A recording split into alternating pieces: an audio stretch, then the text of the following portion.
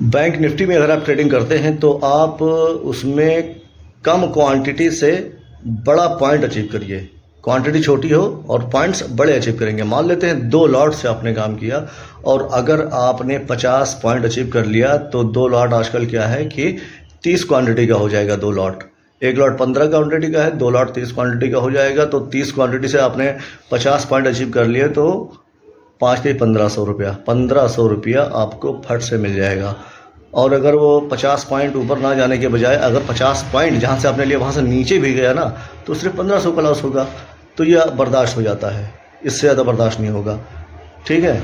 वही क्वांटिटी आपने अगर बढ़ा दी, 500 क्वांटिटी आपने ले लिया और अगर वो 10 पॉइंट ऊपर जाने के बजाय 40 पॉइंट नीचे चला गया तब कितना बड़ा लॉस होगा? 20,520। 40 पॉइंट नीचे गया 500 क्वांटिटी के साथ तो 20,000 लॉस हो गया। तो क्वांटिटी छोटी रखें, पॉइंट्स बड़ा अचीव करें, ये अहम होता है, याद रखें। और इस तरह अगर आप करेंगे, पॉइंट्स बड़ा अचीव करेंगे और क्वांटिटी कम क्वांटिटी के साथ पॉइंट्स बड़ा अचीव करेंगे तो धीरे धीरे आपका कॉन्फिडेंस लेवल भी बढ़ता जाएगा और धीरे धीरे उसमें आज 2 महीने 3 महीने आप एक लॉट से करें, फिर जब ये सक्सेस हो जाए फिर 2 महीने बाद फिर उसमें 1 लॉट और ऐड कर दें, फिर 2 लॉट से करना शुरू कर दें।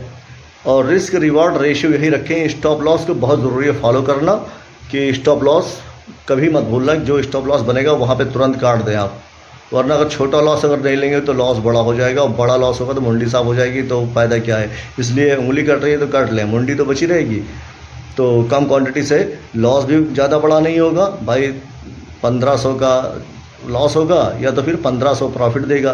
कभी कभी क्या होता है कि इससे ऊपर भी चला जाता है, 1:1 से 1:2 भी दे देता है, तो फिर उसमें भी आप स्टॉप लॉस को ट्रेल करते चले जाइए।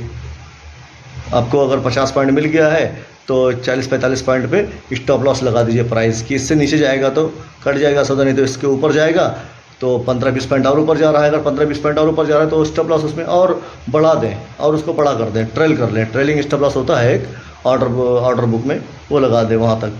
तो इसी तरह आप फिर क्वांटिटी बढ़ाते जाएँ, हर 2 महीने तक ट्रेड करें उसी लॉट से, फिर बढ़ा दें, उसमें 1 लॉट और ऐड कर दें। तो इस तरह स्टेप बाय स्टेप चलते जाएंगे। कछुए की चाल चलेंगे तो इसमें सफलता मिलेगी और खरगोश के चाल में सफलता नहीं मिलती। इस तरह अभी तक आपने भी किया होगा, मैंने भी किया था, मुझे भी जो है ये इस चीज़ का एक्सपीरियंस हुआ तो मैंने आपसे शेयर किया है वो चीज़। हर 2 महीने में 1 लॉट घुसेड़िए उसमें, फिर ट्रेडिंग करना शुरू कर दीजिए। 3 लॉट से करिए, फिर 2 महीना 3 लॉट से करिए, 2 महीने बीत जाए प्रॉफिटेबल है तो फिर उसमें 1 लॉट और करिए, फिर अगले महीने 2 महीने तक करिए, फिर उसमें 1 लॉट और, फिर इसी तरह 4 लॉट, फिर 5 लॉट, फिर 6 लॉट, इस तरह बढ़ते जाएंगे। क्वांटिटी इसी तरह बढ़ाएंगे तो समय बीतता जाएगा तो स्ट्रेटजी भी और मजबूत होती जाएगी और साइकोलॉजी भी जो है थोड़ा मजबूत होता जाएगा, फिर धीरे धीरे कामयाब हो जाएंगे। तो यही एक तरीका है कि लॉस से बचने का, कि कम क्वांटिटी से शुरू करें, पॉइंट्स ज़्यादा अचीव करें, लॉट कम रखें और फिर धीरे धीरे बढ़ाएँ। दोस्तों अगर ये बात आपको अच्छी लगी हो तो लाइक, शेयर और सब्सक्राइब ज़रूर कर दीजिएगा चैनल को। ठीक है।